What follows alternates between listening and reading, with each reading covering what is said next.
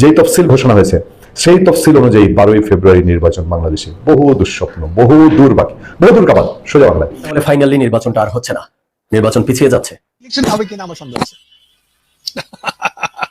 পুরো পরিস্থিতি অন্যদিকে চলে যাচ্ছে। আপনি সবসময় বলে আসতেছেন আগে থেকে যে ইলেকশন হয় কিনা, এই পর্যায়ে সন্দেহ এই পর্যায়ে ফাইট হয়েছে। এই তিনটা ঘটনা দেখেন, আমি বুঝতে পারবো যে এটা কোন দিকে যাইতেছে ঘটনা। দর্শক, 12 ফেব্রুয়ারি নির্বাচন হবে না, নির্বাচন হওয়ার সম্ভাবনাও নাই। আসলে হঠাৎ করে এমন কথা কেন ভেসে আসছে? 12 ফেব্রুয়ারি নির্বাচন দেখছেন না কেন নেটিজেনরা, এবং তারা কি মনে করছেন জাতীয় পার্টি এবং আওয়ামী লীগ ছাড়া কি বাংলাদেশে কখনোই নির্বাচন করা আদৌ পসিবল হবে না, নাকি অন্য কোনো রহস্য?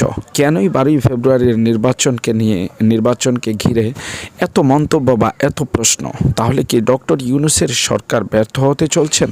যদি ডক্টর ইউনূসের সরকার ব্যর্থ হয়, সেক্ষেত্রে নতুন পরিকল্পনা কি হবে বা নতুন কোনো সরকার গঠন করা হবে কিনা? দর্শক, সে ব্যাপারে বিস্তারিত আজকের তথ্য সহ আলোচনা রয়েছে এই ভিডিওতে। ধৈর্য সহকারে সম্পূর্ণ ভিডিওটি দেখুন। এরকম নিত্য নতুন ভিডিও পেতে অবশ্যই চ্যানেলটিকে সাবস্ক্রাইব করুন। আসসালামু আলাইকুম দর্শক, আপনাদের সাথে আমি আতিক রহমান পূর্ণিয়া। আমি একেবারে কাছাকাছি পর্যায়ে গিয়ে আপনাদেরকে বলতে চাই যে, এবং আমি জানেন যে আমার যখন যে ইনফরমেশন আমি পাই, আমার যে সোর্সের কাছ থেকে পাই, সেই ইনফরমেশন ওভারের উপর ওভার শিওর না হলে আমি কখনোই আপনাদের সামনে কথা বলি না। আমার বদ্ধমূল ধারণা, একান্তই আমার ব্যক্তিগত ধারণা, এবং আমার সোর্সের বিভিন্ন ইকুয়েশন যা বলে সেই ইকুয়েশন মিলিয়ে যেই তফসিল ঘোষণা হয়েছে সেই তফসিল অনুযায়ী 12ই ফেব্রুয়ারি নির্বাচন বাংলাদেশে বহু দুঃস্বপ্ন, বহু দূর বাকি, বহু দূর কাবাদ সোজা বাংলায়।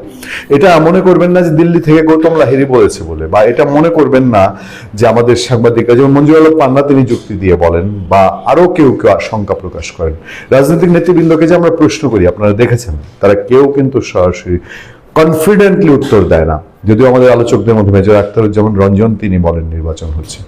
আমি আপনাদেরকে শুধু ধরিয়ে দিতে চাই, একটা নির্বাচনের যা যা মেকানিজম, সেই মেকানিজমের কোনোটা কি কাজ করছে? এই যে ইলেকশন কমিশন, সে স্যাটিসফাই বাংলাদেশের আইন শৃঙ্খলা পরিস্থিতি নিয়ে? এই বাংলাদেশের সরকারি অংশ, বিরোধী অংশ, রাজনৈতিক দল, কেউ কি বুকে হাত দিয়ে বলতে পারবে যে এই দেশে এখন একটা ইলেকশন করার মতন আইন শৃঙ্খলা পরিস্থিতি আছে? এই দেশের রাজনৈতিক পরিস্থিতি আছে?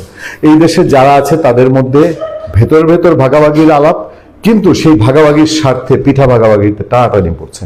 ফলে রাজনৈতিক অংশের মধ্যে আমি গতকাল বেশ গুরুত্বপূর্ণ বেশ কিছু জায়গায় কথা বলে যা বুঝতে পেরেছি, ইলেকশন না হওয়ার জন্যই দেশের ভেতরে যে রাজনৈতিক অংশগুলো আছে তাদের মধ্যে যদি একজন ইলেকশন চায়, তো 5 জন ইলেকশন চায় না। আর এই সরকারের কথা বলাই বাহুল্য, এটা ছাইরা দেমাগ কাইন্দাবাচি অবস্থা। বর্তমান ডক্টর ইউনূস সরকার, সে এখন না ঘাটকা না ঘাটকা, চোখে মুখে সরিষা ফুল দেখছে। আসুন আন্তর্জাতিক প্রেক্ষাপটের দিকে।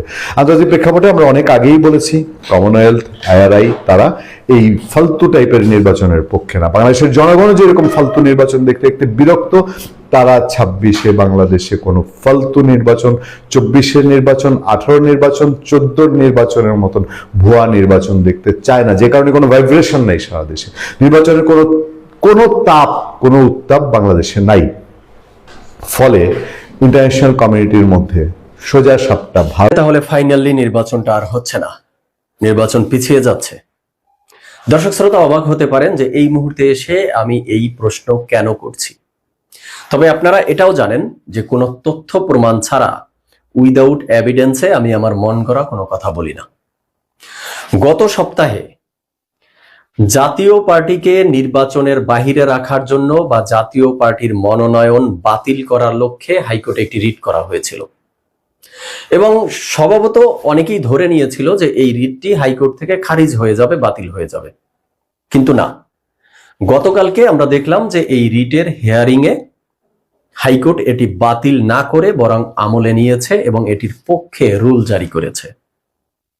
আজকে এই বিষয় নিয়েই দর্শক শ্রোতা কথা বলবো। তো শুরুতে চলুন একটু তথ্যচিত্রের মাধ্যমে দেখার চেষ্টা করি। জাতীয় পার্টি ও এনডিএফ, এই এনডিএফ হলো, আমরা জানি যে জাতীয় পার্টির মধ্যে অনেক ভাগ রয়েছে, এই কিছু ভাগ নিয়ে, কিছু অংশ নিয়ে একটা জোট, যেটা হলো এনডিএফ। এই জাতীয় পার্টির প্রার্থীদের মনোনয়ন কেন বাতিল হবে না, এটি জানতে চেয়েই আসলে রিটটা করা হয়েছিল। তো সেই রিট আদালত আমলে নিয়েছে এবং এর পক্ষে রুল জারি করেছে। তো এই রুলে কি বলা হয়েছে সেটা একটু দেখার চেষ্টা করি। 2 সপ্তাহ সময় দেওয়া হয়েছে, দ্যাট মিন্স 15 দিন।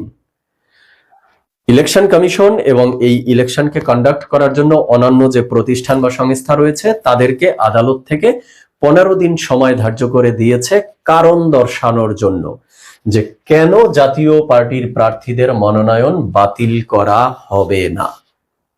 এবার একটা হিসাব আপনারা মিলিয়ে দেখুন তো, যেই 12ই ফেব্রুয়ারিতে নির্বাচন হওয়ার কথা, নির্বাচনের সম্ভাব্য তারিখ, আজকে থেকে সেই 12ই ফেব্রুয়ারির কতদিন বাকি আছে? আর 1 মাস নেই। আজকের দিনটি চলে গেলে 28 দিনের মতো সময় বাকি থাকবে।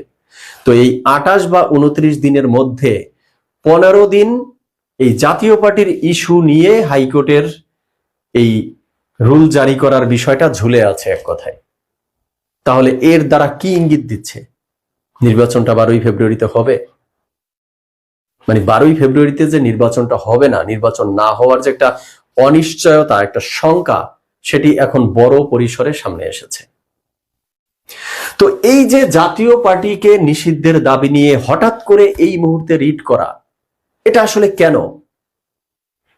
নিশ্চিত বলা যায় এই নির্বাচনটাকে বানচাল করে দেওয়ার জন্য, নির্বাচনটাকে পিছিয়ে দেওয়ার জন্য, নির্বাচনটাকে একটা অনিশ্চয়তার মুখে ফেলে দেওয়ার জন্য। তো এই নির্বাচনটাকে বানচাল করার জন্য জাতীয় পার্টিকে টার্ম কার্ড হিসাবে ব্যবহার করে বা জাতীয় পার্টিকে নিয়ে গেম খেলে ম্যাটিকুলাস ডিজাইন করে যে নির্বাচনটাকে বানচালের উদ্দেশ্যে এই রিট করা, তো এটি আসলে কারা করছে বা এর পেছনে কারা আছে? দর্শক শ্রোতা, আজকে এই বিষয় নিয়েই কথা বলবো। চলুন ডিরেক্ট মূল আলোচনায় চলে যাই, হিট দ্য পয়েন্টে। Hit the point number 1। আপনারা প্রশ্ন করতে পারেন যে বর্তমানে রাজনীতির মাঠে মুখোমুখি পজিশনে বা ভোট যুদ্ধে তো আছে দুটো পক্ষ, বিএনপি এবং তাদের জোট, অপরদিকে জামাত, এনসিপি, চরমনাই সহ তাদের 11 দলের জোট। তো এর মাঝে জাতীয় পার্টি থাকলেই বাকি আর না থাকলেই বাকি। জাতীয় পার্টির মতো একটা দল, তাকে কেন্দ্র করে এই মুহূর্তে কি এমন গেম খেলা যাবে যেটা নির্বাচনকে পিছিয়ে দিতে পারে? স্বভাবতই প্রশ্নটা মাথায় আসতে পারে। কিন্তু জাতীয় পার্টি এই মুহূর্তে এত ছোট দল না, ছোট ইস্যু না, বরং জাতীয় পার্টিকে কেন্দ্র করে নির্বাচনটাকে আসলেই বানচাল করা যায়। কারা করছে সেই বিষয়টি আমরা এখন দেখব। তো এই বিষয় দেখতে হলে আমাদেরকে ছোট্ট করে একটু অ্যানালাইসিস করতে হবে যে জাতীয় পার্টিকে নির্বাচন থেকে বাদ দিতে পারলে, সাইড করে রাখতে পারলে বেনিফিটেড হচ্ছে কারা, লাভবান হচ্ছে কারা, সুবিধা পাবে দর্শক কারা। আপনারা দেখলেন তো, এরকম নিত্য নতুন ভিডিও পাওয়ার জন্য আমাদের সাথে থাকবেন। এতক্ষণ পর্যন্ত যারা আমাদের সাথে ছিলেন আপনাদেরকে অসংখ্য ধন্যবাদ। আর যারা পরবর্তীতে আমাদের সাথে যুক্ত হতে চান কিংবা আমাদের প্রত্যেক মুহূর্তের